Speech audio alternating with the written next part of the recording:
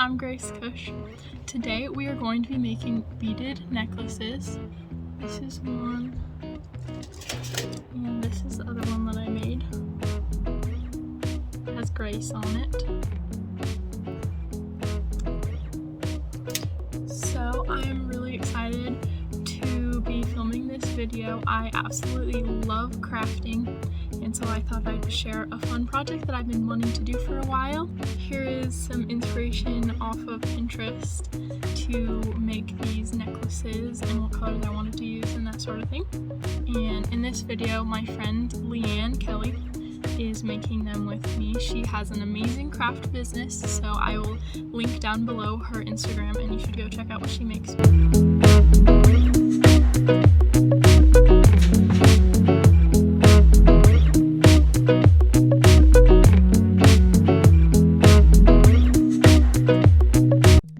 So for this necklace, I am using antique copper split rings and also a large lobster clasp. And those are my crimp beads that I use to start and finish.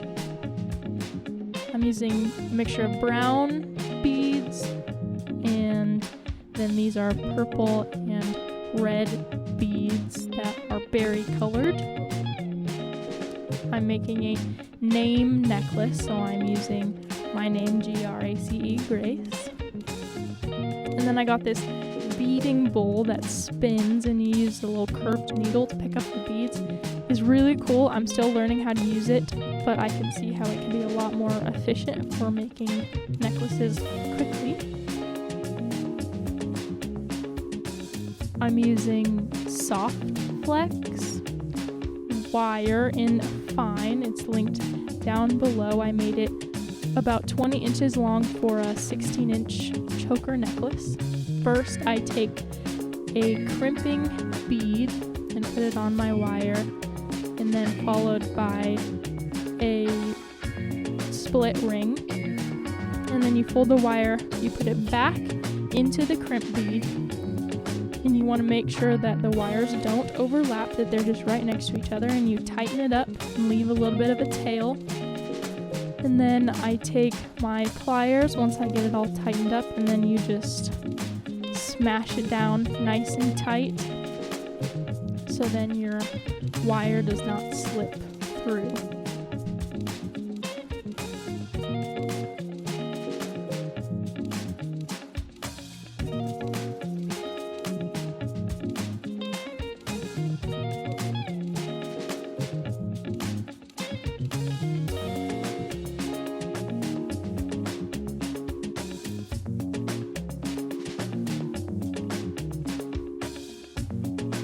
Once that is finished, then I take my little curved needle and I spin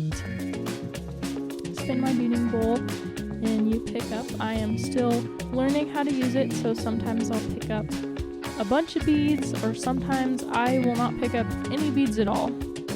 But I'm learning and it's enjoyable, so that's what it's about. And my wire was too thick to go through the needle end, so what I'm having to do is thread each bead through kind of along the needle's sharp end and to get the beads on my wire. And for the little tail, I fold the tail back, or thread the tail back through my beads so it doesn't show.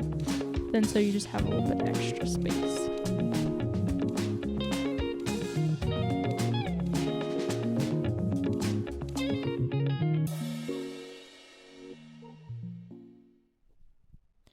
And I do this for a while. I fill up about 7.5 inches worth of beads on the one side.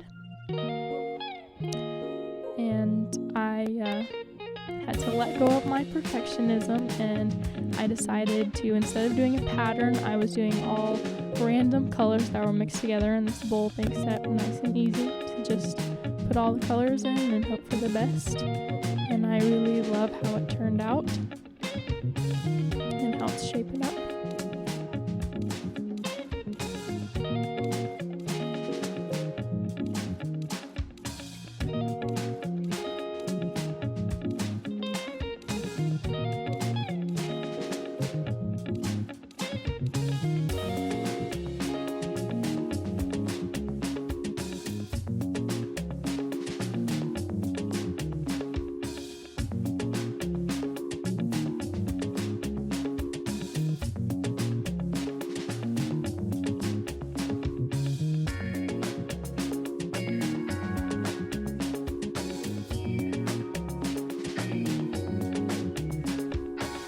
So once I get about that 7.5 inches worth of beads, I start beading on my letters. I started backwards.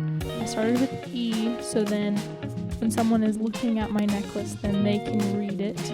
I accidentally did it wrong on the first couple that I did, but on this one I made sure to check it before I started beading everything on and getting it. Put about 3 seed beads in between every letter, but depending on how long your name is, you might want to do more or less. But 3 worked for my name.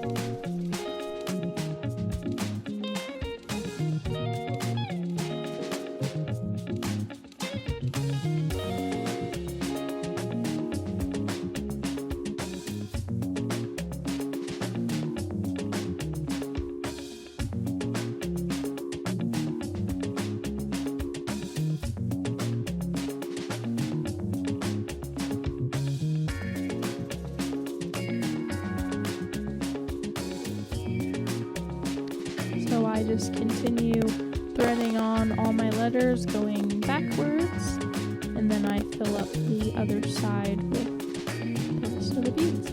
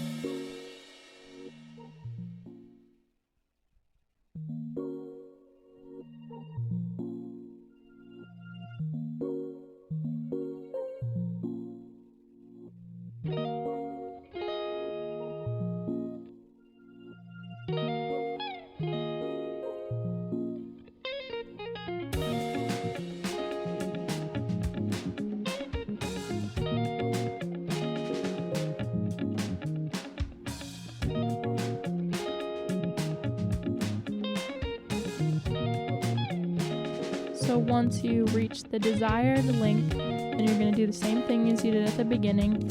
You're going to take your crimp bead and put it through the wire, followed by another jump ring. And my jump ring is attached to a lobster clasp because it's a little easier for me. But most of the time you can just attach those later. So you put that through, and then you're going to take the wire back through the crimping bead and make sure that, like I said, the wires are side by side, not over top of each other. And once I get it tight, make sure all your beads are as tight as you want and you don't have a big gap that you're going to find after you tighten it. Down nice, and then I use needle nose pliers because I can get in a little closer to my beads. And I take my needle nose pliers and smash it down nice and tight so then it doesn't go anywhere.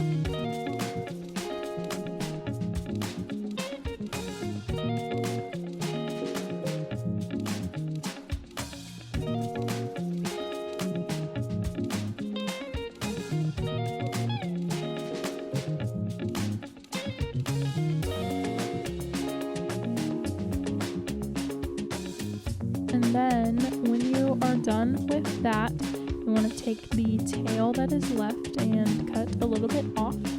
What I do is I leave a little bit left and I thread it back through the beads, and then you have your necklace. I have an assorted pack of needle nose pliers and little small pliers that was from a scrapbooking kit, and they seem to work super well. But you can pretty much use anything, and there you go, there's my necklace.